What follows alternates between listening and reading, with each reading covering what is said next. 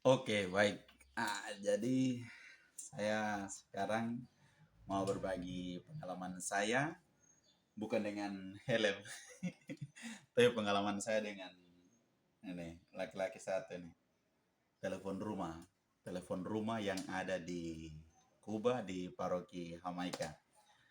Nah, jadi pengalaman yang paling menakutkan, paling menakutkan dan mencemaskan itu ialah pengalaman mengangkat telepon rumah. Wah, selama 2 bulan saya bergumul untuk mengangkat telepon rumah.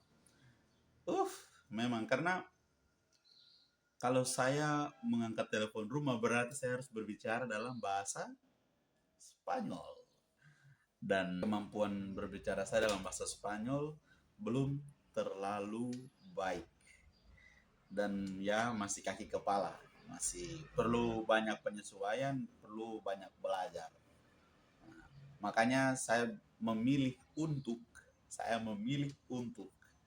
menjauh ketika ada bunyi dering telepon, atau saya memilih untuk tidak mendengarkan, pura-pura tuli. Itu memang saya karena bergumul, ya saya bergumul, bergumul sekali.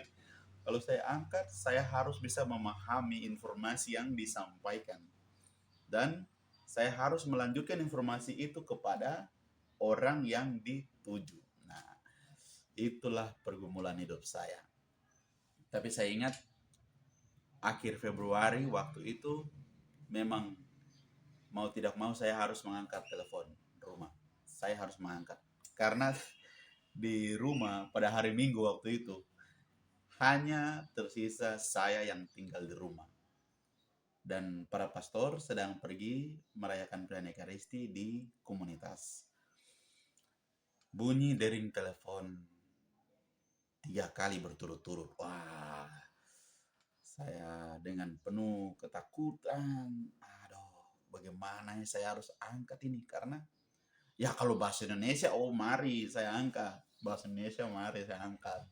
Saya pasti bisa bicara dengan bahasa Indonesia gampang karena lahir dan besar di Indonesia, jadi mengerti dan paham. Atau dalam bahasa Inggris boleh sedikit-sedikit dalam bahasa Inggris, tapi bahasa Spanyol, aduh, memang tidak mudah, tidak mudah, tidak mudah. Tapi ya saya berusaha untuk menarik nafas dan memberanikan diri, dan saya percayakan kepada Tuhan. Jadi sebelum angkat telepon, saya berdoa secara singkat, meminta pertolongan bantuan Tuhan agar mencerahkan otak saya yang kecil ini supaya bisa memahami informasi yang akan disampaikan oleh orang yang berada dalam jalur telepon ini, supaya informasi yang sampai di saya dapat saya sampaikan juga sesuai dengan apa yang mereka sampaikan. Dan dengan penuh keyakinan, kepercayaan, akhirnya saya mengangkat telepon untuk pertama kalinya di luar negeri dengan menggunakan bahasa Spanyol. Deg-degan ya, tapi seperti biasa, awal itu harus menyapa. Itu format umumnya, menyapa lalu bertanya apa yang ingin disampaikan. Nah, rupanya mereka perlu dengan pastor paroki. Oke. Okay.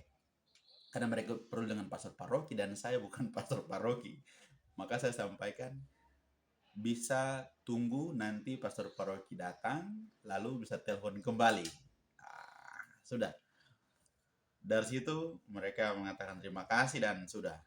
Kami mengakhiri sesi telepon menelpon melalui telepon rumah. Dan memang itu lega, ada kelegaan sendiri dalam dalam diri. Akhirnya ketakutan, kecemasan, kegelisahan saya yang pertama di Kuba telah teratasi. Begitulah saudara-saudara yang terkasih. Ketika kita menghadapi kegelisahan, ketakutan, dan kecemasan dalam hidup, ingat, ingat, jangan berjalan sendiri menghadapi kegelisahan, ketakutan, dan kecemasan itu. Tapi hadapilah bersama dengan Tuhan. Karena Tuhan lebih besar dari kegelisahan kita, kecemasan, dan ketakutan kita. Tuhan selalu ada bersama dengan kita.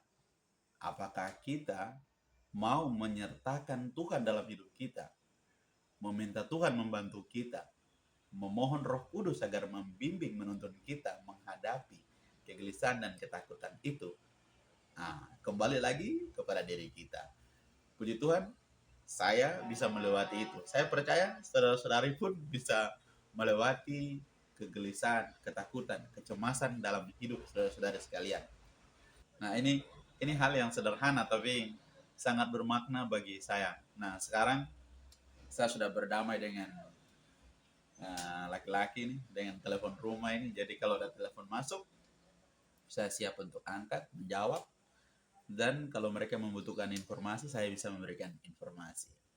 Itu adalah pengalaman sederhana saya ketika menghadapi kegelisahan, ketakutan, dan kecemasan kecil di dalam hidup saya.